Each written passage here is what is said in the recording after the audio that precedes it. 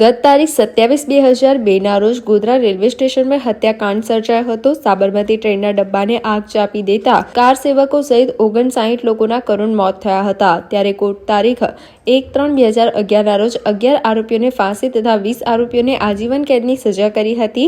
આજીવન કેદની સજાના આરોપી ઇરફાન અબ્દુલ મજીદ ઘાંચી ઉર્ફે ઇરફાન કલંદર વડોદરાની જેલમાં હતો।